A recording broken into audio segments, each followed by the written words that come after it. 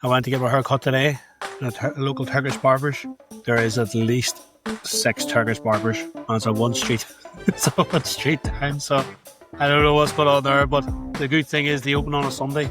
So I went into the Turkish barber's and he was just going to cut me hair, and he goes, "Oh, you're not thinking of hair transplant?" cheers, mate. I might have to link in whenever they do their next sports dentistry conference with a wee trip to Turkey to get a bit of a hair transplant.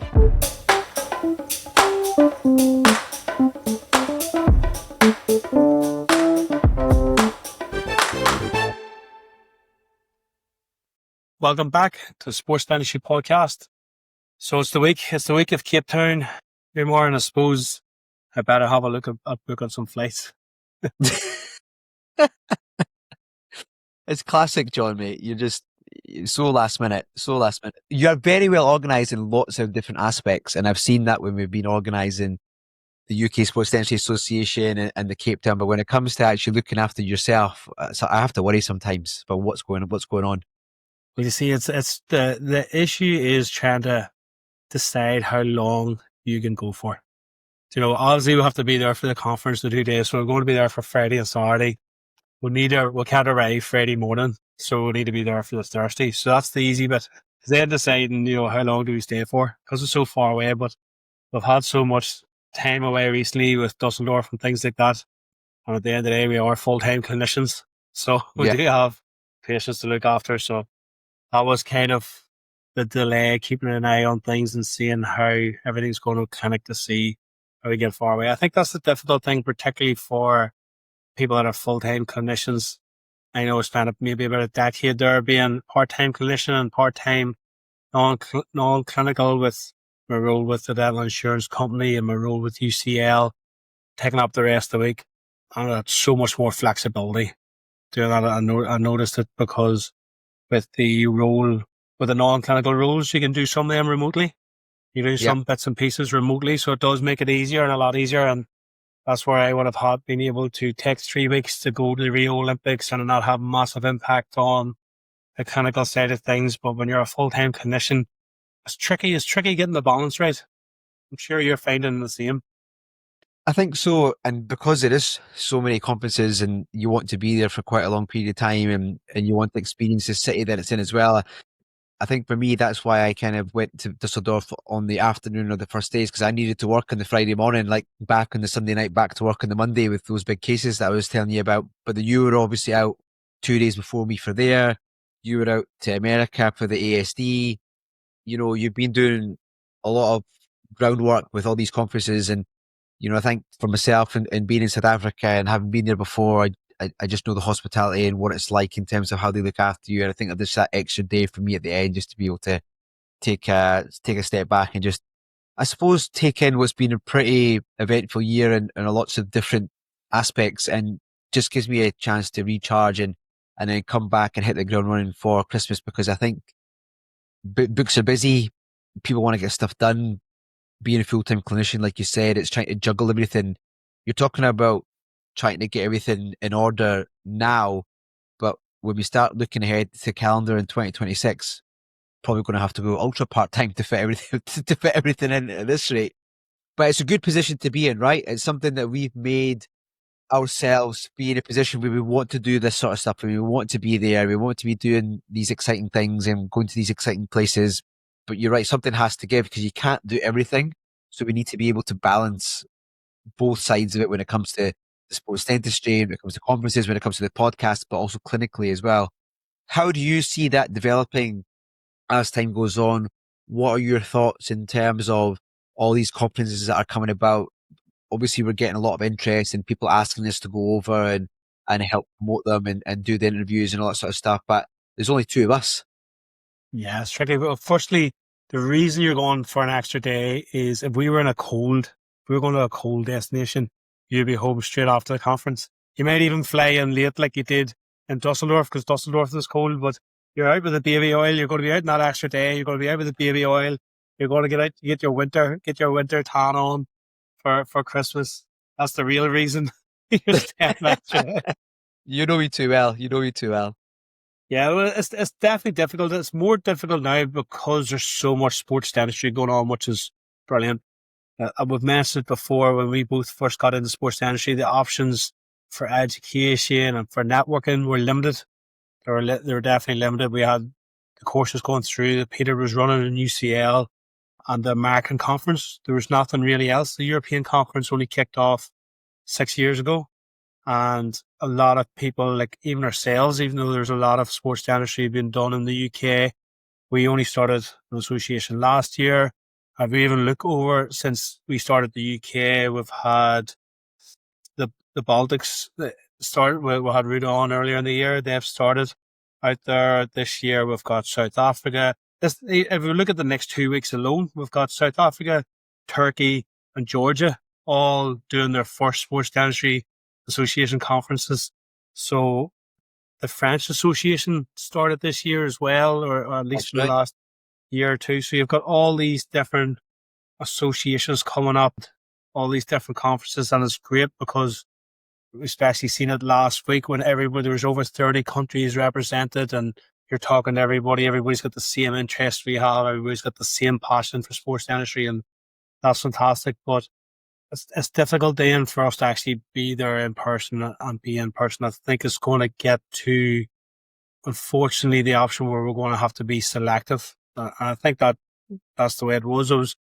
What I did notice in Dusseldorf was from 2 years ago, there wasn't a lot of the UK attendees that went to Dusseldorf, and it was probably the same thing that they've been going to ours in the UK. They've lots of other options for courses, for development, and if they're full-time clinicians, they have to be selective with where they go. So that's a little bit difficult. So I did post into the UK group about Lisbon.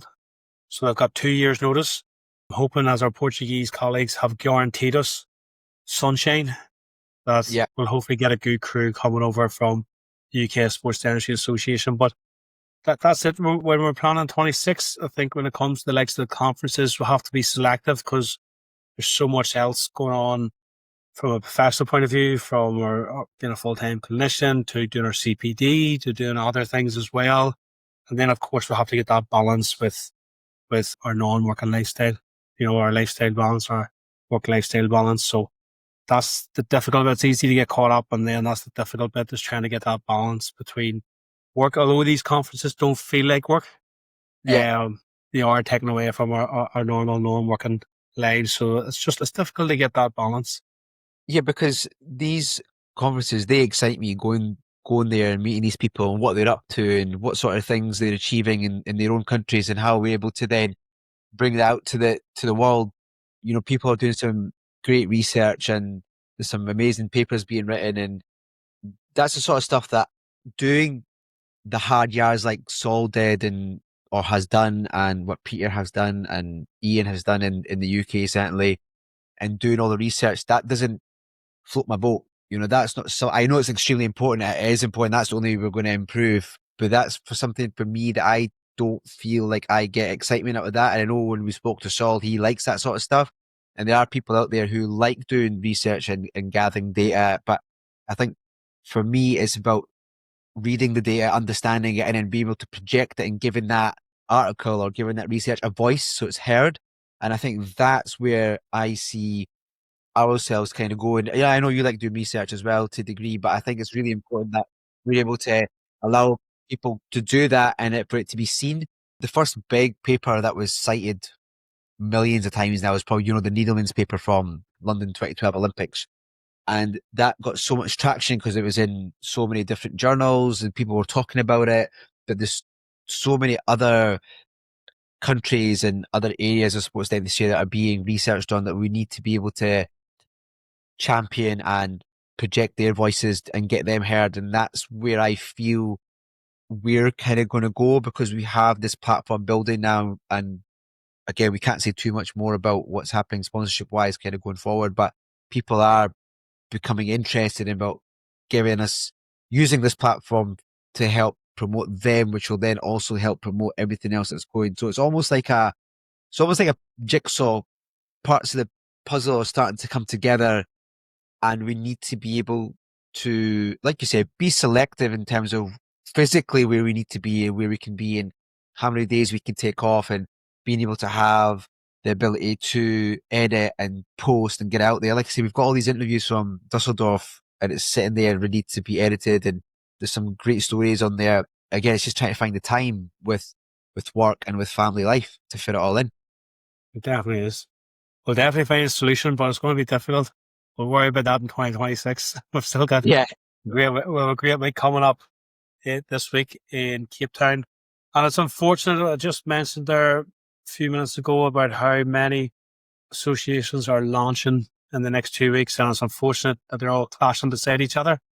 And this week is the launch of the Turkish Sports Dentistry Association.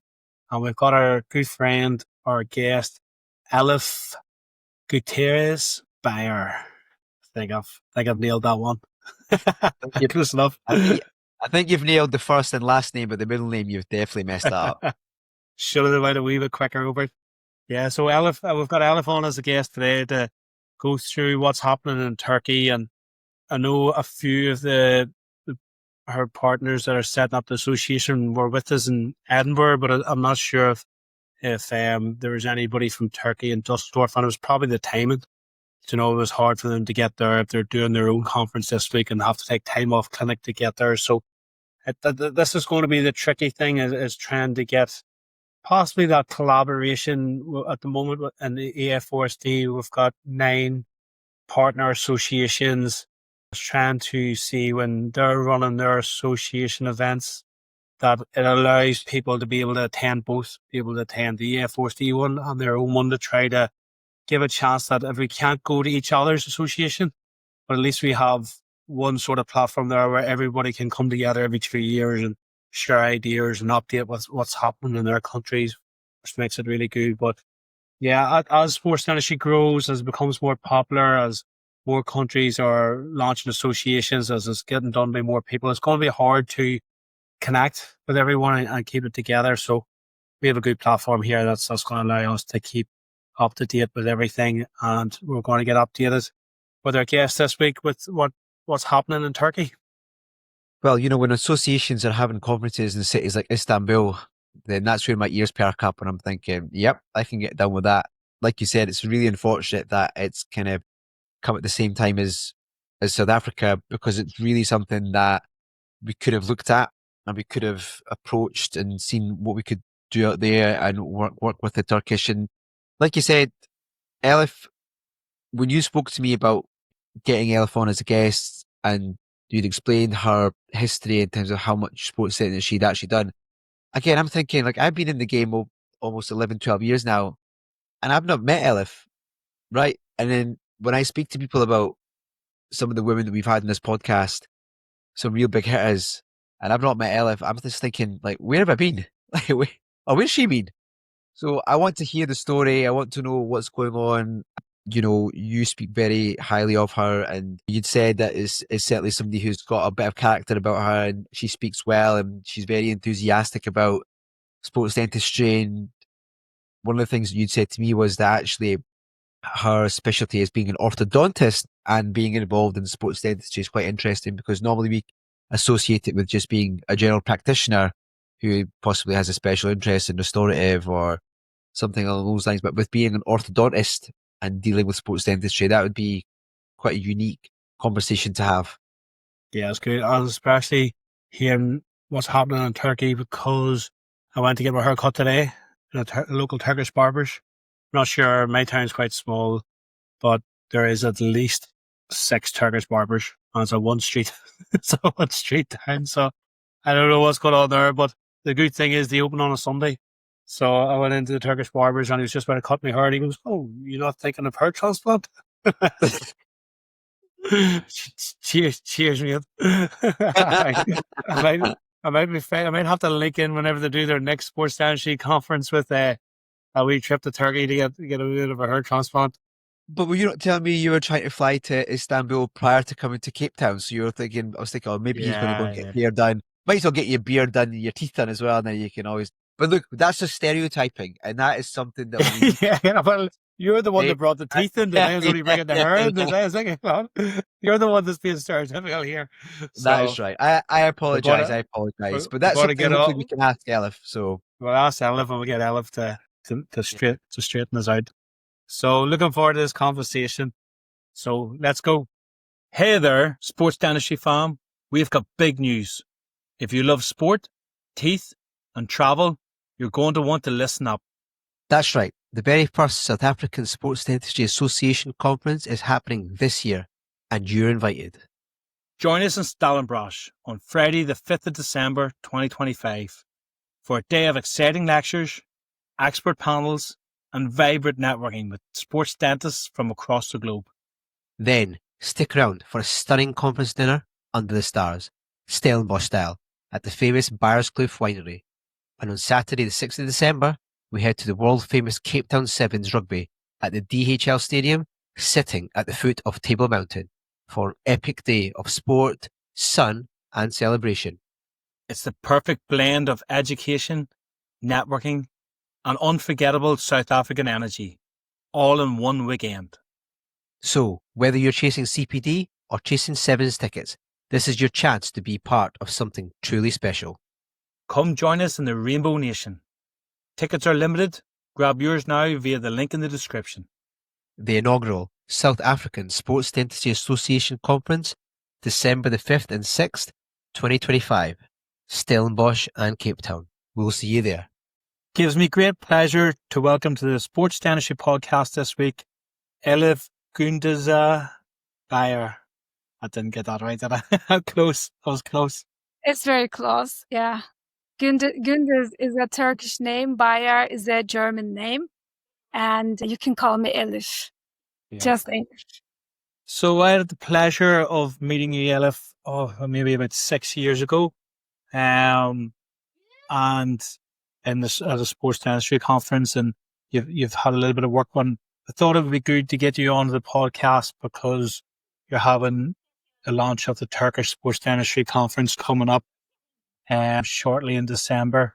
So just for anybody, and Umar is a little bit like this as well, because this is the first time these two guys have met, but for anybody that hasn't had the pleasure of meeting you, just give us a little bit of a background to yourself and then how you got into sports dentistry. Well, first of all, thank you for having me here. I listen to your podcasts, and I'm sure I'm not the only one who's listening to it, Omar. There are many dentists. I travel a lot and I listen your podcasts. I download them earlier before I take the plane, and I hear them during my flights. And I like listening to them because I know these voices, they are my old friends, and I like to hear their stories. I like to hear their contribution. So you are making a history of sports dentistry. In the future, when sports dentistry will be hopefully recognized as a dental discipline, these podcasts, these years will be the history of sports dentistry. And I think we are all very happy to take part in this history. So, well, my history is long because I'm a young member of sports dentistry community from the United States side, but I'm a very old member from the European side. I'm in the Sports Dentistry Society since 2012. So I'm becoming a senior one of them, and I was actually very active. I have a funny story, like the other doctors, how I involved in sports dentistry. Actually, my involvement was very directed to the heart and top of the league. 2011, I had a really terrible practice day. You all have these practice days. So an old basketball player, girlfriend of mine, sent me a WhatsApp text while I was having my coffee. And she said, Elif, are you in Istanbul? I said, yes. I have a group of American friends coming to Istanbul and I'm out of the city. Can you please go to the restaurant and accompany them?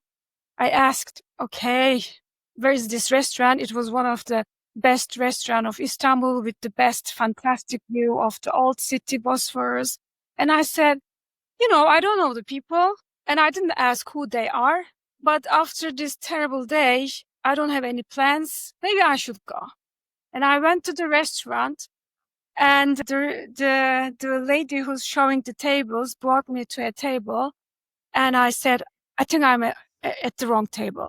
It was the Ukrainian national men basketball team with American coaches and assistant coaches.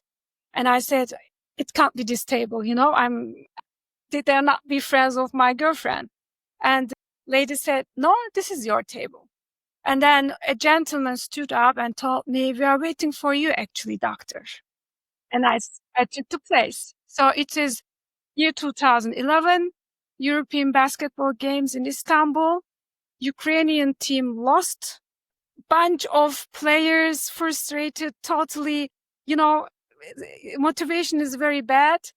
And head coach is Mike Fratello, the legendary czar.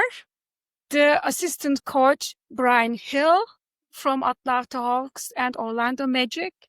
At Pinckney, I'm sorry if I can't pronounce his name. It's Chicago. okay. It's okay. I can never pronounce people's names, so it's okay. So you're in good company with John not pronouncing names correctly. Do not worry, Elif. It's okay. You're actually better than him, to be honest.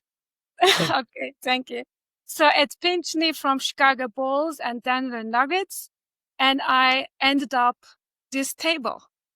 So after half an hour, the team finished their meals and they were so sad. So they went to the hotel, but the coaches wanted to stay with me and wanted to see some more bars. So I accompanied them. And then, I had such a nice evening and they wrote their email addresses at the end of the night. And they told me if I need any help in the United States after this nice evening, I should contact them. Next day, I went to the practice, still thinking about the night before, like, oh my God, I met the legendary NBA coaches and Ukrainian basketball team. By the way, I hope they are safe, these players and their families. I send my greetings to these guys. And one of my old patients whom I treated with front tooth trauma with orthodontics, because I'm an orthodontist actually, showed up in my practice next day. And he said he joined the university American football team. And after all these treatments we had as a child, during his childhood in my practice, the parents told him to get a custom fabricated mouthguard. And I said, oh my God, I studied orthodontics in Austria, Vienna. I studied dentistry in Turkey, and I did not fabricate one single mouthguard in my life. So I took his impressions, bite, and then I started searching for mouthguard. And then I thought, okay, I'm going to contact these guys from yesterday. Actually, I was also looking for a reason to contact them back because, you don't meet legendary people every day. So, of course, the more I Googled about these names, Fratello and others, I was like, wow. I mean, they are the authorities in NBA, So I sent an email and I told them I want to get in touch with team dentists, colleagues in the United States, and if they can help me. Mike Fratello replied my email in a very short time, and he asked, doctor, which coast do you want to go? East side, west side, which team? Tell me, and I'm going to organize it. So I said, there are direct flights and cheaper relation to the other side, to the East Coast, so NYC is a good choice for me. Then I was 2 months later at the practice of Dr. Hugh Gardy, Dr. Shapes, who were the New Jersey Nets, today Brooklyn Nets, team doctors. They were very generous with the, information. They shared me all their practice time. And actually, we also made the mouthguard of Darren Williams together during my stay. And then they suggested me to do the team dentist course in ASD. So the same year, 2012, I joined ASD as a member. I did my team dentist course. And then I was very welcomed by the American colleagues. And I felt myself very accepted and at home, in United States.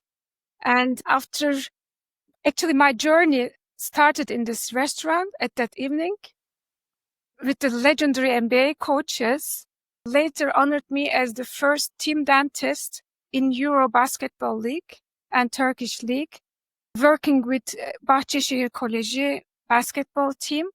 And I worked as 4 years, the team dentist of Boğaziçi Sultan's American football team. And in 2014, I had my first gold medal and my championship ring with Boğaziçi Sultans. It was very difficult for an orthodontist to be a team dentist. Actually, I became a dentist again. And I had to make my own team because I don't practice endodontics. I learned to suture in the United States, and I practiced with my surgeon friends. But every time while I was, especially in the EuroLeague, while I was going with the team to the games, I was praying, oh my God, I hope there won't be any trauma. And I was calling my team who will help me, like, stay alerted, don't sleep. I'm going to call you. We are going to your practice because, we can do this better in your practice. But I knocked the wood. I did not have any dental trauma issues or, jaw fractures, nothing. And as an orthodontist, of course, because I'm working with all the aligners, functional appliances, it was nice to be involved in mouthguard, part of the sports dentistry. And as I said, I know all the guys because I'm one of the olds. We started everything together in Europe. In 2015, because I was very active in ASD and in Turkey with these teams, I was also publishing a lot on Instagram. Thanos found me and he visited me in Istanbul. I took him also to another good restaurant and we enjoyed the dinner. And then he asked me to join the European group. So I became one of the first members of EA4SD. And then later I became board member. Actually, I brought European Association to the USA and to ASD. I was the bridge because I was going to every Congress every year. And until 2021, I was very active and I was traveling a lot for sports dentistry. So because I was the bridge, I brought the Europeans to Americans. They offered me the position to become the double liaison between two associations. And I also helped founding the Austrian Society. 2 resident doctors were needed, and I was still in Austria at that time. And I formally contributed to the establishment of the association by signing the necessary documents with the Austrian authorities. I presented lectures in Dubai, San Francisco, Montreal, Paris. I met John in Paris, Vienna, Istanbul. And I think I can say with confidence that I have played an important role in increasing the recognition of sports dentistry in Europe and around the world. Actually, I dedicated both my financial means and personal energy to this effort. And then John and other friends know a little bit. Then came politics in the sports dentistry community, and I made a break. That's why I guess I don't know Umar, but I know all the other colleagues. So there had always been a bit of politics in the community, like in every community, And this politics is mainly among the doctors in the spotlight and the societies. While membership is very essential for survival of an association. And the competition starts when there are more than one associations in one country. Because of my international roles, USA, European Society, Austrian Society, I was in the middle of this politics. And when the communication started to get unpleasant, I decided to step down from my duties. So I gave up all my duties. And I personally believe that it's important to know when it's time to walk away. So I don't want to tell, I have to talk about these things because it's a part of my history. I don't want to be very, very negative, but this is also other side of the fact because there are two great, very good societies in Germany. And also in some other countries, I guess in India, maybe in Brazil, I'm not sure. So this will be more and more. The more attention from the colleagues, there'll be more groupings maybe. And leaving really did not change the situation, but I've been using this time, I use this time in a much positive way for myself. And it's not my nature, to be in negative conversations, to fight. And when you donate your time, money, when you do this for honor, you don't need all these. You need peace, you need other, positive values, but not competition, not fight. So in the end, I believe that, I co-found another association a year ago in Istanbul, in Turkey. But I believe that at the end, these associations should not be competing. They should be working together and finding common ground. They shouldn't be stepping on each other's toes in the same country or internationally, because soon there will be other politics and polemics, because there are now maybe mainly 2 international associations, but there will be more. There can be Euro-Pacific, Asian-Pacific, I don't know. There can be many other international associations. So we should be working together, finding common grounds and avoid this politics. That's why we're gonna keep Turkish association equal to every association. We'll not collaborate or cooperate. We won't make agreements like the way it's now. Like the international associations give a hand to one of the association in one country and they say we recognize only this association, this doctor. I don't think this is the right way to do. I also believe that associations should have time limits for leadership positions. That's why I'm going to stay only 2 years in Turkish Society's board. Then I'm going to give position to the younger colleagues. Founding members should not remain in leadership roles for a long time or a lifetime. This is what I believe the correct way.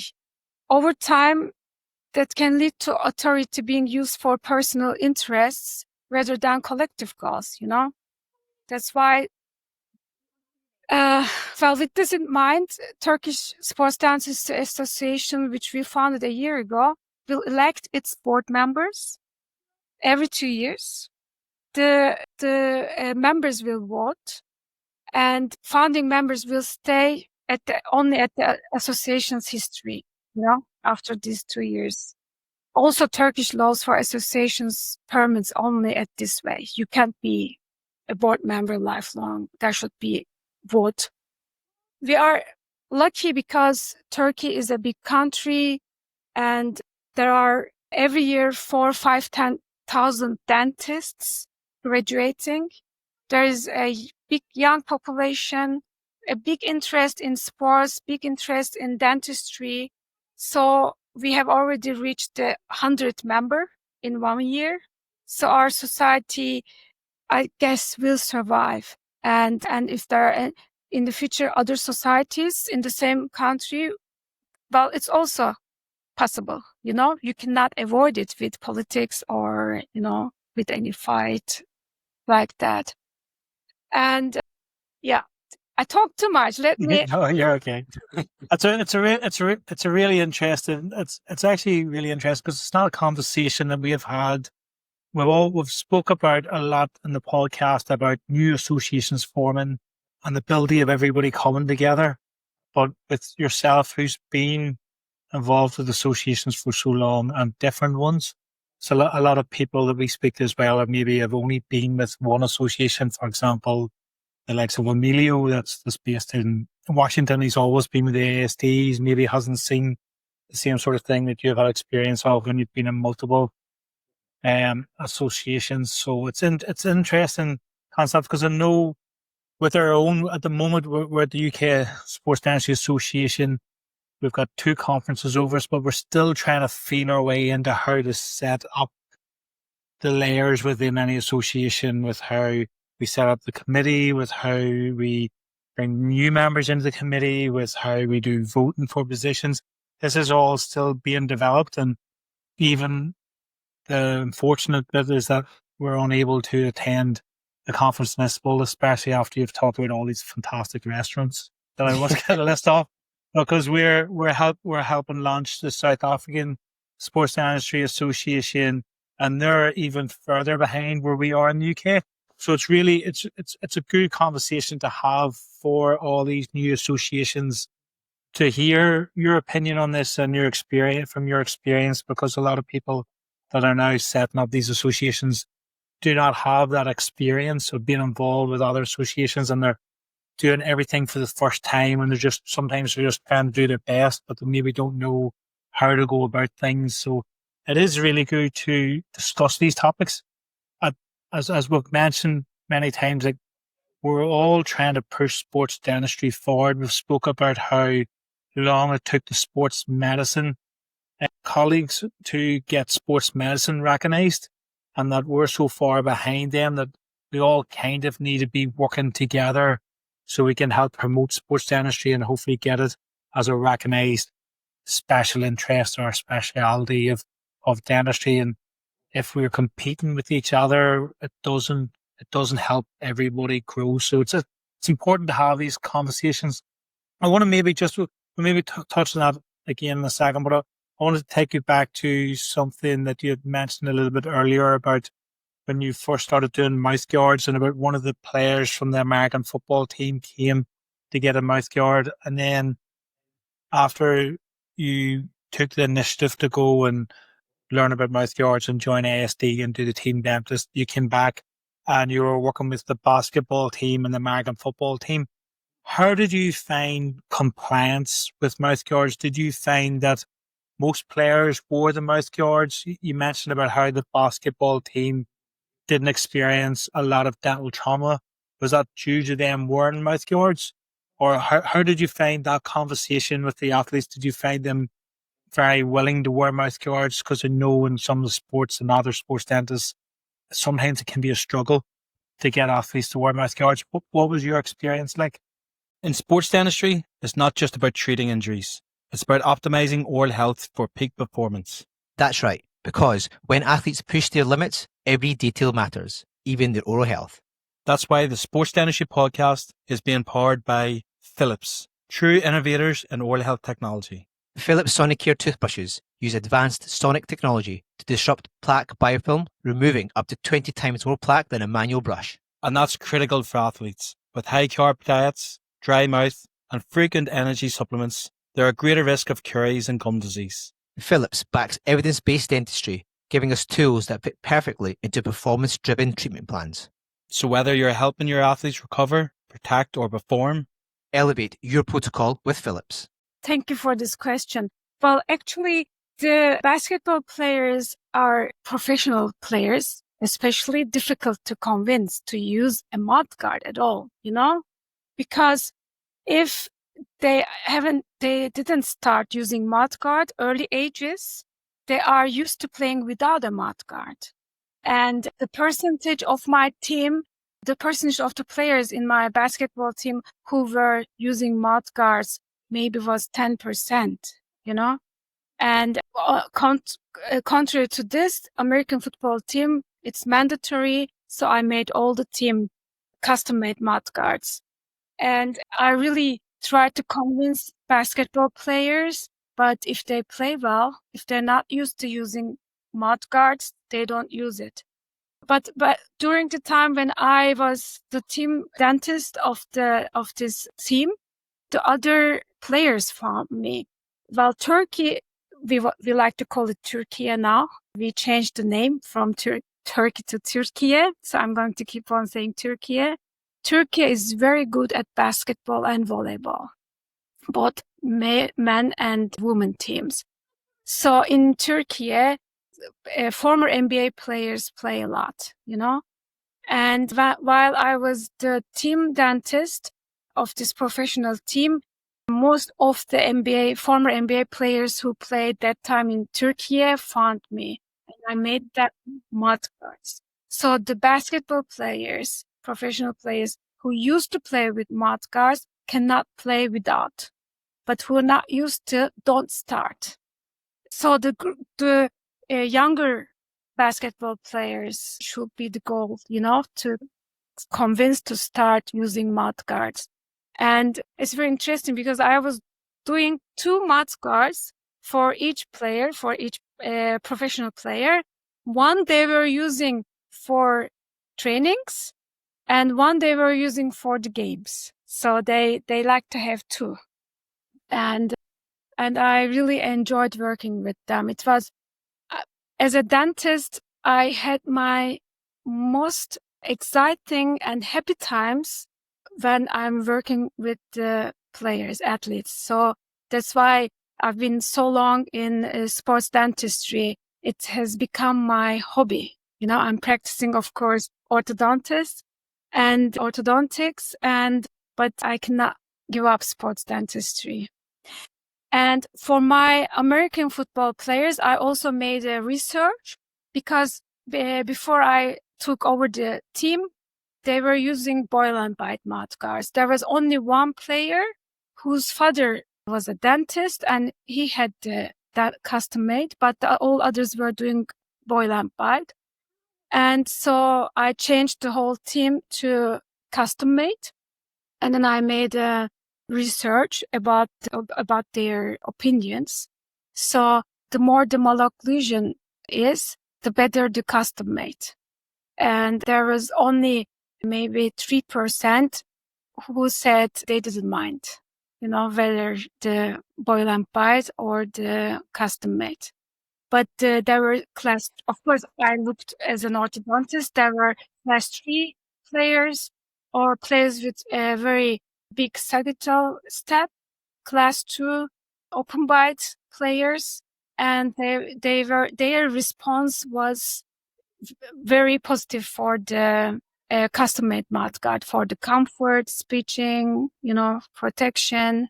So I suggest dentists, especially if there's a malocclusion, it's a must. It must be a custom dentist-made mouthguard.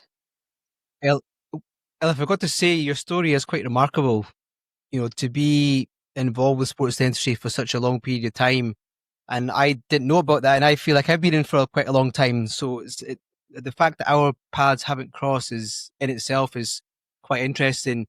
And the story that you were describing about being part of the American and the European and now helping with the Turkiye Association. I'm going to try and do that now, right? I'll try and say Turkey. Very good. Very good pronunciation.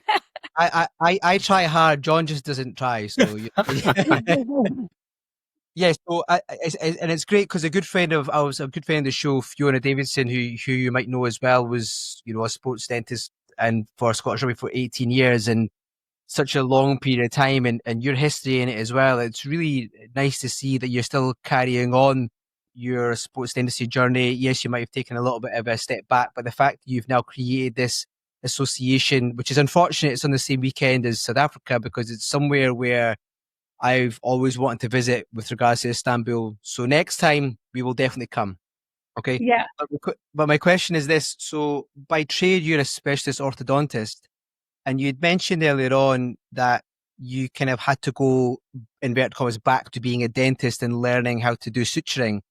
That's an interesting conversation because a lot of people ask me, how can I get into learning suturing and dealing with oral trauma and facial trauma, not necessarily having to go on courses? Yeah, I agree that you need to do that sort of thing. But how did you get your how did you get your hands dirty? How did you learn suturing techniques when it came to trauma? What did you have to then do to get yourself to a level where you felt quite comfortable if there was an accident to happen during a basketball game or an American football game, that you felt quite comfortable and confident with your suturing skills? Well, as I said, I was lucky. I did not suture any tissue of an athlete, but if I needed to, I was prepared.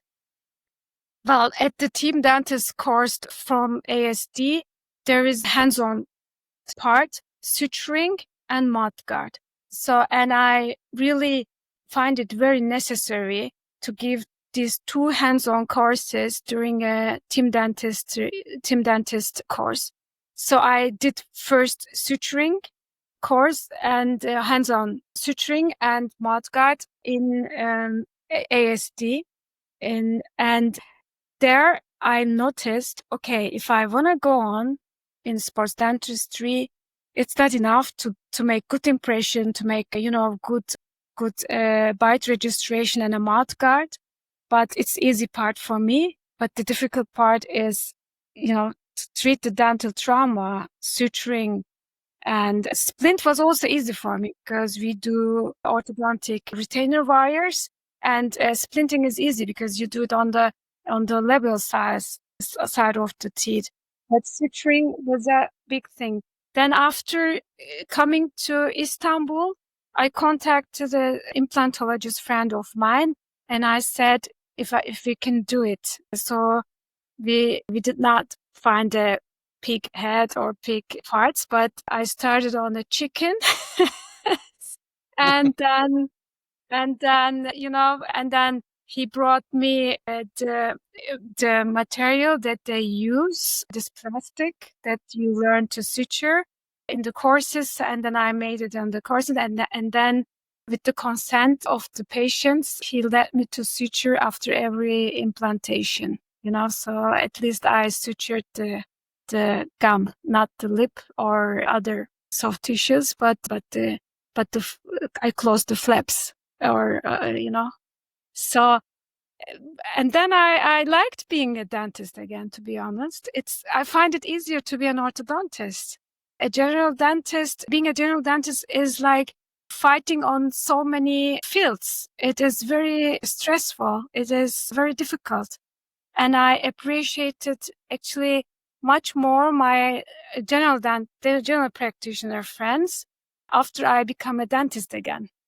And so my suggestion is actually everybody now, I'm also trying to help the young dentists for their visas from Turkiye.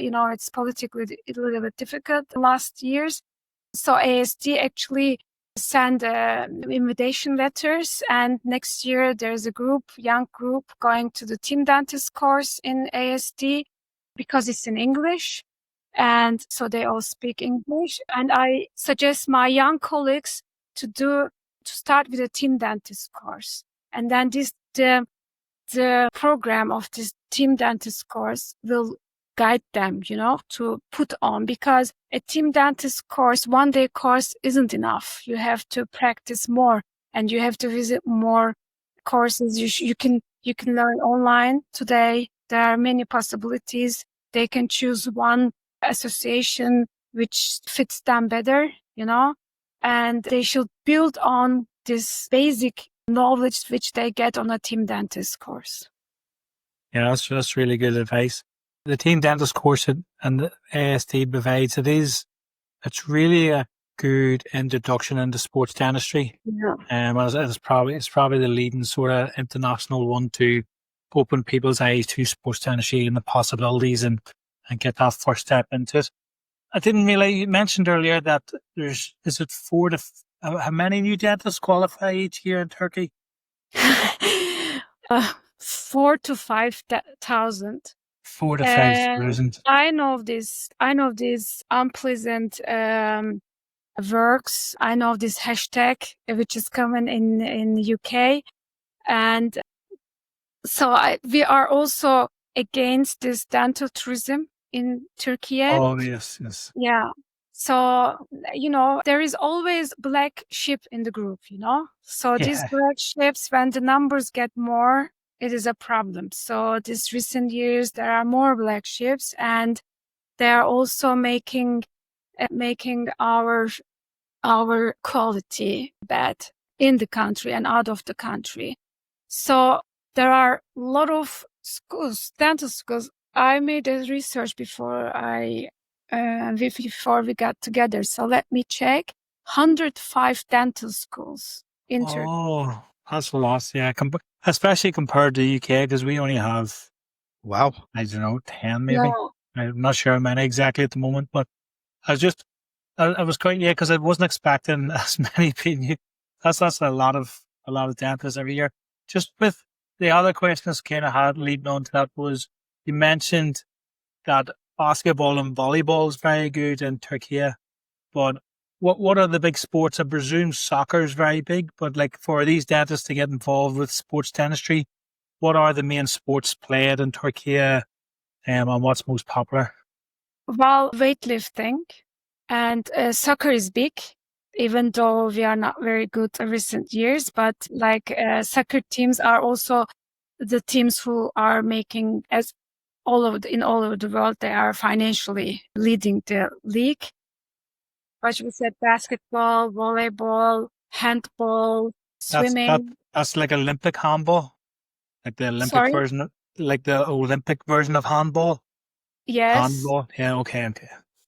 And yeah, I mean, there are, again, I check my notes now, 65 sports federations, 29 of them are in Olympic Games, and more than 17 million licensed athletes. So it's a big Wow, yeah. market, So, and the country is not doing, financially well. We have very high inflation. So the sports is the big thing. Like my husband is a German, and we watched the final games together in our home in Germany. We invited two German friends, two Turkish friends. And so like the difference between Turkish and German audience, I was in between. I wasn't losing anyways, But it was very funny because including my husband, Germans just won the game. They became, final team, and they were happy. They discussed the game. Like the Turkish ones were like, we lost the country. We lost our lives. It was the end. And then the whole nation was so proud because they were the, second best team, but also they were so sad. So I told my husband, well, actually, Turkey should have won it because the country needed it. They need something nice to be happy. So this is the good way sports making people happy. So sports make them to forget about their economic problems, forget about any other problems, and like the way the Turkish people are now watching the games, no matter what, especially in a international place, they are there with their hearts. It's everything. Maybe the English people are also like this in terms of sports, but my brother-in-law Matthew is also English, so we are like United Nations in the family. He's very into sports. He's a Fulham fan, so as my husband is going to Fulham, plays with him from Germany, and they watch every game in London. Anyway, so And Fulham have got a brand new sports bar in the stadium that has a swimming pool. That's right. really? So they should definitely organise a trip. Now, maybe not this time of year. Maybe wait to April, May when the weather starts to get a little bit better. But it's a really unique new place because they're their stadium's right on the river, and they have it's a this sports Victorian. bar in the corner. Yeah. Yeah, I also went to watch a game. It's a very, very nice stadium. So maybe I couldn't answer your question very well about the big sports in Turkey, but I think I have explained the way the Turkish people look at the sport. So as the Turkish young dentists. So I think it was very it was very important to found this association because these young dentists, they need a way, they like to be involved something better. They like sports. They like to be a part of the team, and there are many teams. So it's a nice opportunity for them. And also we are opening good market because they can help. On one side, they help the athletes, but on the other side, when there are a lot of competition like this for 5,000 dentists a year, if they become a team certified sports dentist, they can also have a new group of customers, let's say in a bad way, but patients in the practice, because it's a part of the private practice life, you have to survive. So we open them also a new field for their practices. So there is also a lot of interest in the society.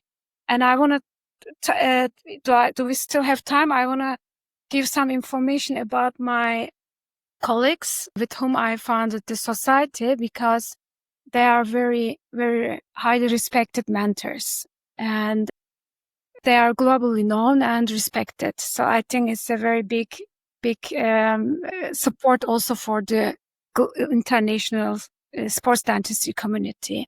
Professor Chehreli, who is the next president-elect of International Association of Dental Traumatology. We all know of this association. And he already, with the other colleagues' help, he already published the National Dental Trauma Guide with the Turkish Ministry of Health. And it was delivered to all the dentists who practice in Turkey. So Turkey has now an official national dental trauma guide. And he's the vice president, he's founding member, he's vice president of the society. And I think we will have very good relationships with the International Association of Dental Traumatology in the next terms. Other colleague is Professor Tuz, a maxillofacial surgeon who is very active at the maxillofacial associations worldwide. He gave us a hand. As a founding member, he is also the first 2 years board member. Professor Kurtulmuş, an authority for occlusion and prosthodontics, who's also very active at prosthodontics associations. He joined us. Professor Özen, who is a rector of a private university in Istanbul.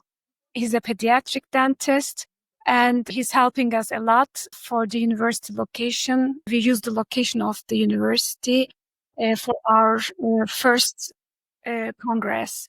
And old friends of mine, who's an orthodontist, Dr. Özsoy, and Dr. Torun, who's a general practitioner and a microbiologist. They helped to deal with the bureaucracy and they did all the paperwork during the foundation and at the beginning. And so we all came together and founded the association 1 year ago. And then we are 2 years at the board, and then the members will choose the board members. So we are not lifelong or long time. And we are equal to every society, every doctor, in every country. After my experience, we will be out of politics, but we would like to have you all. And the next year, I'm going to ask UK, South African societies, so we don't do the same days our congress, so I can take you to these nice restaurants in Istanbul. Definitely. I think some of my favorite food is Turkish food, so I'll definitely hold you to that. With the amount of dentists coming out of dental school in Turkey, you're looking at 4,000, 5,000 every year. Your numbers should grow quite quickly. Hopefully they should grow quite quickly with the sheer volume that are coming through. And I think the fact you've already got 100 members and you're about to do your first conference in just a few weeks' time, it'll be really interesting to see how that develops. And it sounds like on the board, you've got a really wide variety of clinicians and specialists on there who will be able to give a really positive and influential outlook onto sports dentistry, because you talked about Max Fax and yourself as an orthodontist, and you got a pediatrician. There's such a wide variety when it comes to dental trauma, certainly also when it comes to sports dentistry. So it's really important people who are on the board do have a vast background, because then they're able to give their experience and you're able to kind of hit the ground running as well. So when you've got delegates coming to these conferences, you want to inspire them and you want them to take sports dentistry to the next level. And that's why this podcast has been created in such a way to give people like yourself this platform, because I've said many times before that if it wasn't for this podcast, most of the guests that we've had on, I don't think I would have ever met them until a conference would happen. And now I could happily go to my phone and send them a message and as a friend and just say, you know, hi, how you do? Could you help me out in this situation? I've got this athlete who's traveling to Istanbul next week and they need a mouth guard or they need something done. And that's the beauty of sports dentistry, is that we've got this really great network. Now, I'm not going to get into the politics side of things. Unfortunately, it's not something that I really want to touch on, but I appreciate the kind of things that you've been through. But I also still believe that it's important that we all pull together in the same direction. And it's important that people might not have the same views about certain things. That's okay, as long as it's in such a way where it's left that you're allowed to agree to disagree. I think that's important, because it's important to have a conversation. I think it's important to have people taking different sides of things, because you need to have different views on things. I think that's important because that's how we develop and we can get better. That doesn't necessarily mean that somebody says something to me and I need to take that on board or I have to use it. But I'd like to know other people's thinking, because we've said before, there's more than one way to skin a cat, which is a good old saying. And I think that rings true with sports dentistry. There's so many different ways we can go about it. And I think it is important that whether we do agree to disagree on certain things when we're speaking to our colleagues, that's okay. Yeah, I totally agree with you. And, you know, when we started like this, I can't do the mathematics now, 15 years ago. Oh my God, longer. I don't know how many years I'm involved now, 2011. And it was enough to be interested in sports dentistry. And it was enough to treat some athletes, you know, like the community was so small and everybody was appreciated and came together. But today I don't see it like that, because it improved so much. Thanks God to all the contributions all over the world. Today, for me, for my standards, it's not enough just to be involved in a team or do a team dentist course. It must be evidence-based. Like we cannot sit together and we cannot say, oh, I do this clinically. It's good. And let's make a statement about mudguards. Let's do this and this and this 10 dentists because we are the authorities representing these societies. No, it must be evidence-based. There must be published articles. We have to make reviews. And I think I'm very excited because I read all the articles and there are really very academic ones, you know? So the bar is getting higher. So sports dentistry must be evidence-based. It's not enough to go to congresses and say, I do this, I do that. How many cases? 5. It's not for me, this statement, you know? So when we achieve this evidence base, I think will be accepted like the sports physicians. You know, it will be sports dentistry like orthodontics, prosthodontics, but it must be evidence-based. And for this, we have to include academic studies. We all need to be involved. We not all need to share our knowledge with each other, and we should work together. So definitely, I think because like I have a role with UCL, and as I mentioned, Umar was one of our master students, so he understands the effort it takes to actually carry out research and do research, and particularly if we're looking to try to get the hardest part I always find, particularly with original research, is the actual data collection and being able to collect enough data where if there is an outcome to research, it's significant. And that's where I think we all need to work together, because to be able to get the numbers that we need to get to show that there's evidence behind things, like it's going to be very difficult to do that in ourselves by one person or 2 people or 3 people. I think definitely we're looking at trying to get research done at a high enough quality, and particularly not like a pilot study, but we have the numbers to actually show stuff. We all have to work together. We spoke We had Saul on the podcast who did research into the oral health of academy players in the UK. And it took him near 5 years with the help of Peter to get enough people screened where they could actually report on. So if it's going to take 5 years to release research all the time, it's going to be a very slow movement forward where we can maybe pool our resources together, people work together, we can maybe get this evidence-based studies done at a much quicker and a larger database as well. You've been very kind with your time. I think I want to touch on just something before we go, and that's your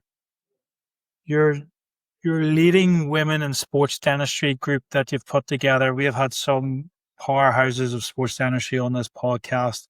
Fiona Davison, that we've already mentioned, amongst others. So I'm really intrigued to hear about the thought behind putting this group together and what you're hoping to achieve out of it. Thank you for bringing this, because I really like this subject.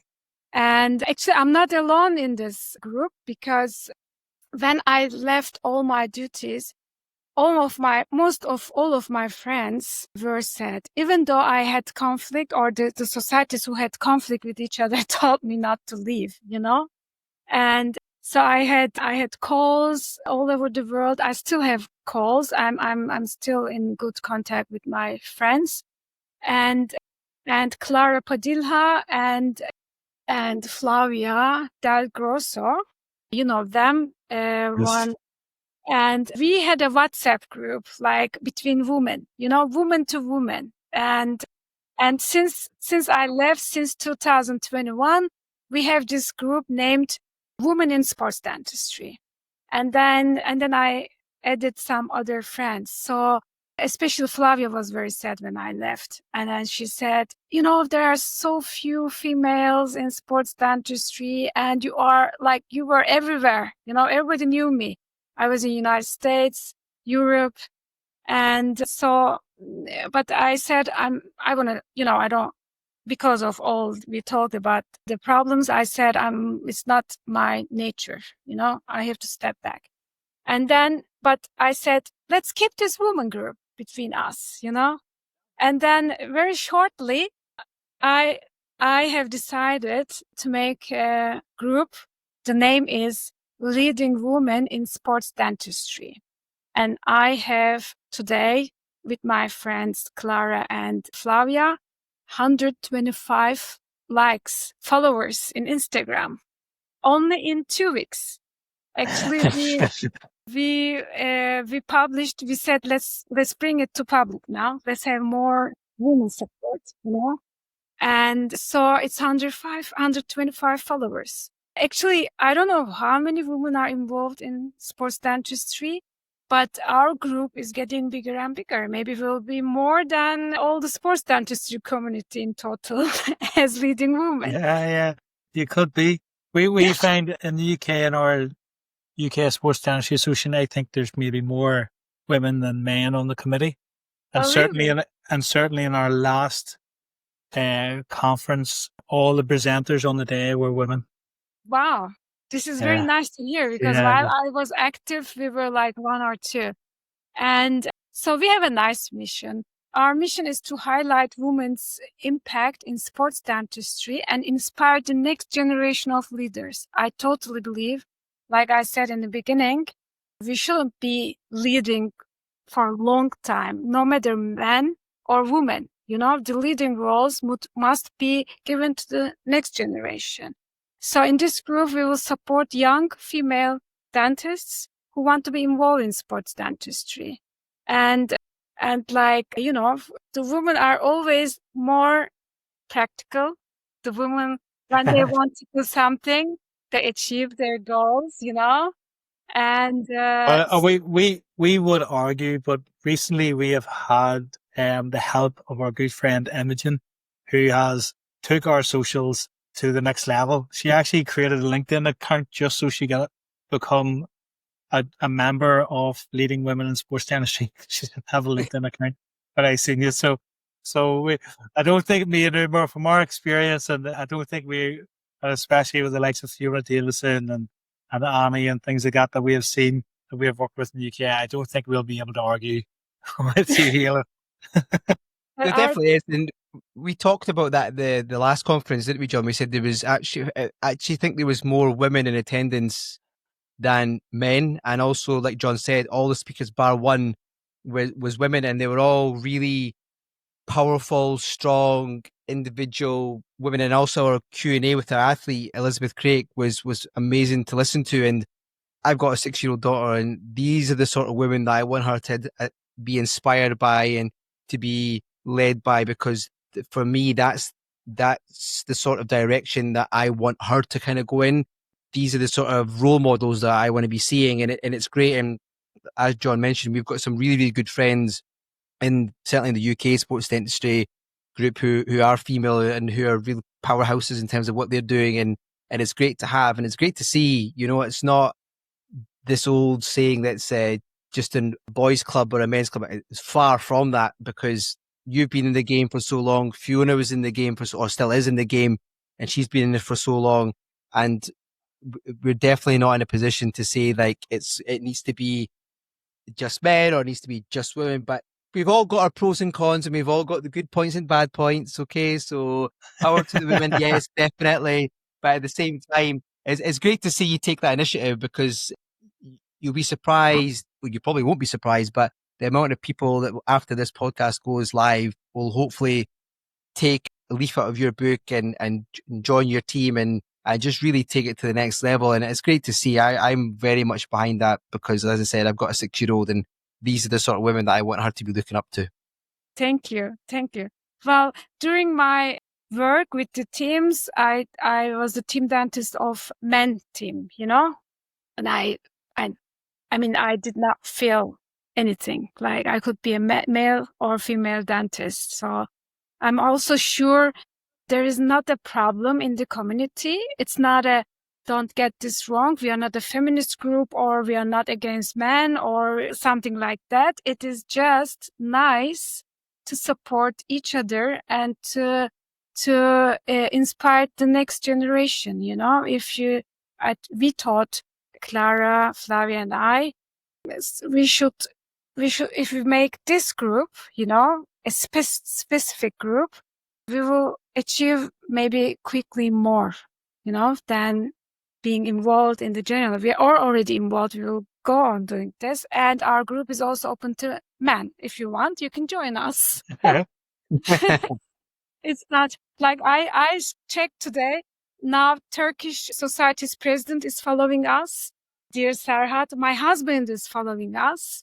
And my husband asked me 2 days ago, because we published this group very recently, very short time, maybe 10 days, and such attention. I'm really happy. My husband asked me, may I ask, why are you involved in this group, and why are you leading with your 2 friends this group? Is it something wrong? At home? I said, no, everything is perfect. It's nice to have this group. No? And so please follow us, also our male colleagues. We like you. We like to work with you. We can have a beer with you in the pub. We work with you on the pitch side. And as soon as you said that, John's picked up his phone and he's already started searching and see where he can add. And we speak the same language. We speak the language of sports dentistry. So please come and join us. Support us. We will indeed. Yeah, I love it. I think it's a great idea. Yeah, thanks very much for your time, Elif. You've been so generous, and it's been great to hear your story.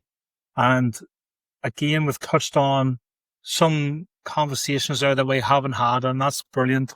One of our fears with doing the podcast was how we can get variability in our conversations, but everybody that we bring on has a different experience and a different story, and yours has been fantastic to hear. And we will be following your progress with Turkiye Sports Dentistry Association, and also with leading women in sports dentistry.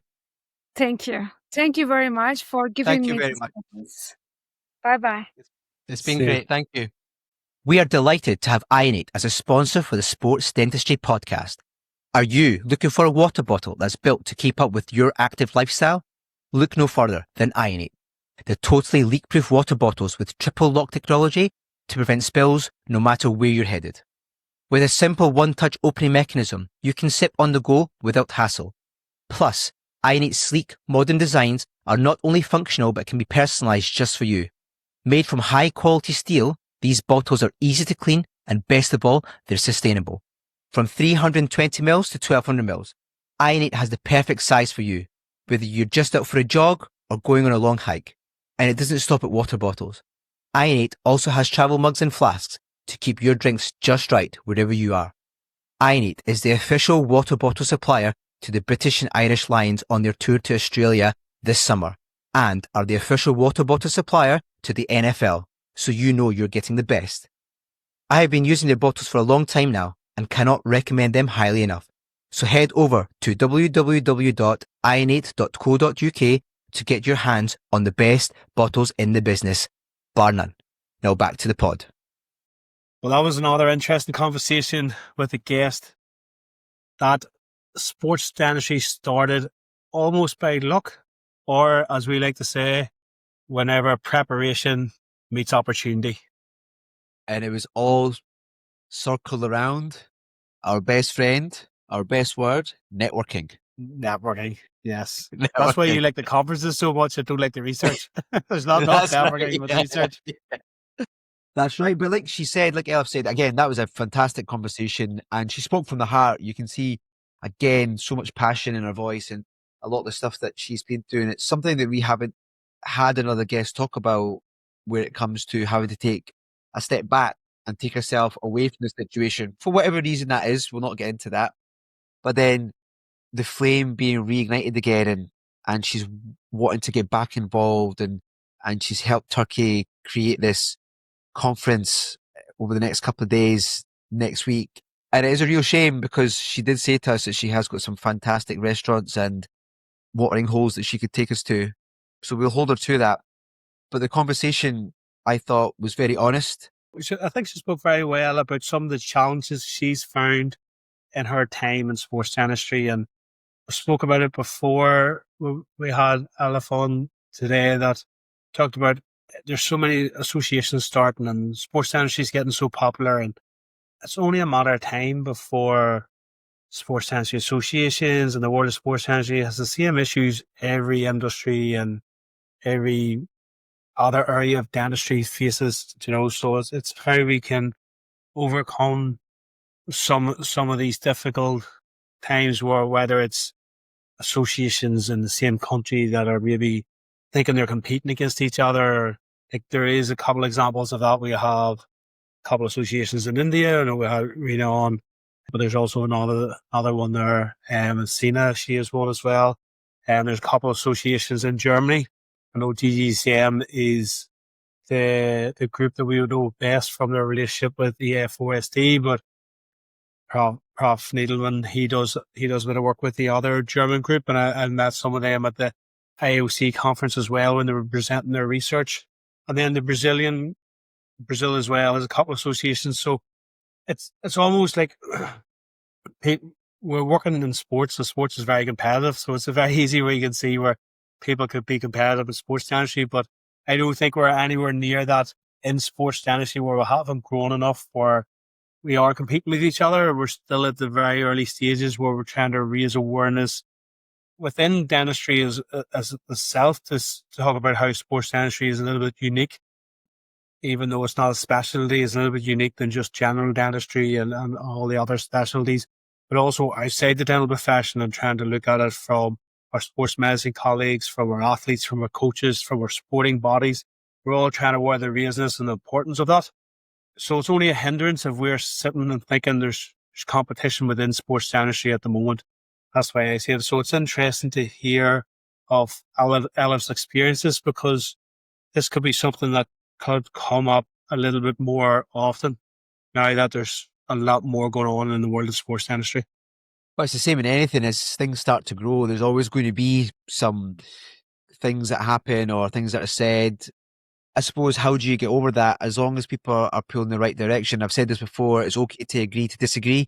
And I think competition is healthy, whether that's within an organization, whether that's within a team, or whether it's within an industry.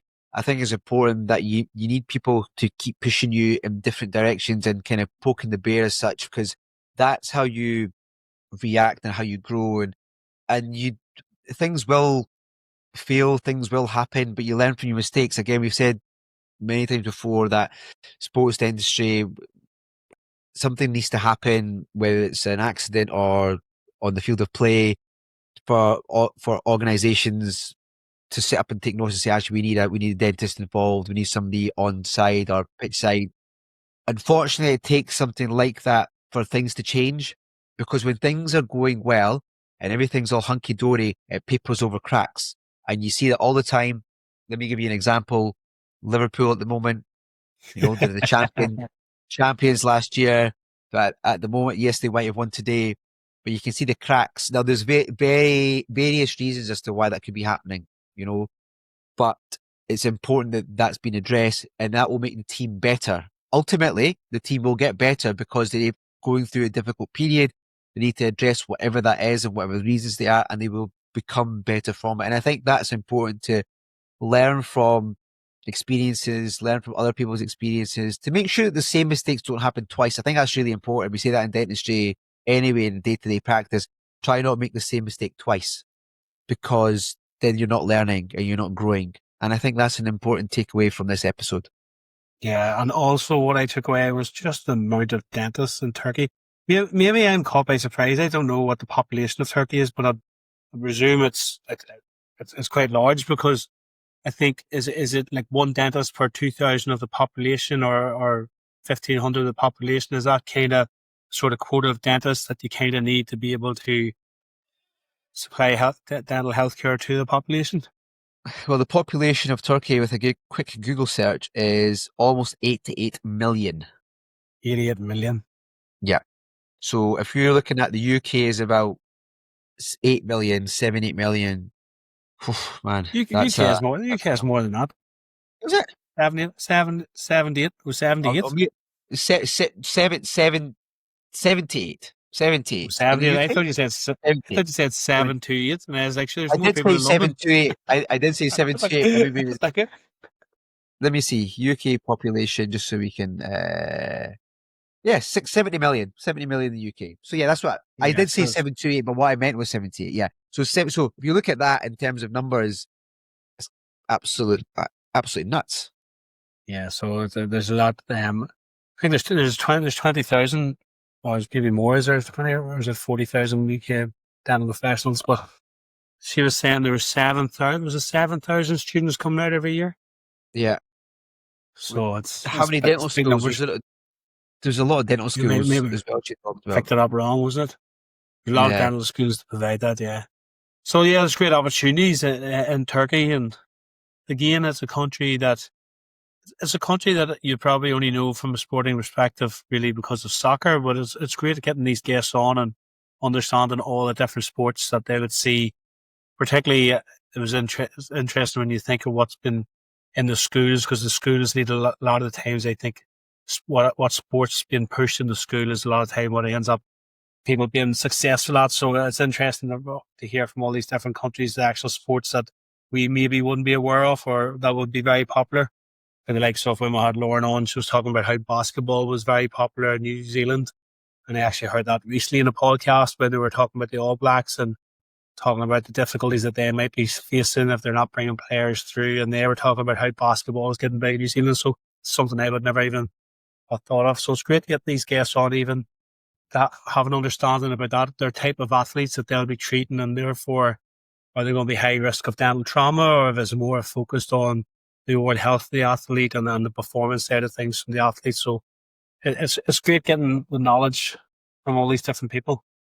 I think so, and that's the sort of thing we need to keep looking at, is what they're doing at their conferences and what they're talking about and what sort of topics they're covering. We obviously talked about potentially looking at more into our conferences in the coming years, about broadening our horizons and bringing in para-athletes and Paralympians and that sort of athletic performance with relation to athletes who have some sort of, not disability, but something that's hindering them from being able to compete with an able-bodied individual as well. So, but there's so many different aspects of sports dentistry that we can look at and we can research about and we can talk about. And I think we're just scratching the surface now, and there will be lots more people out there who have probably been doing things that we have never thought about, or at the moment it's maybe just in its infancy.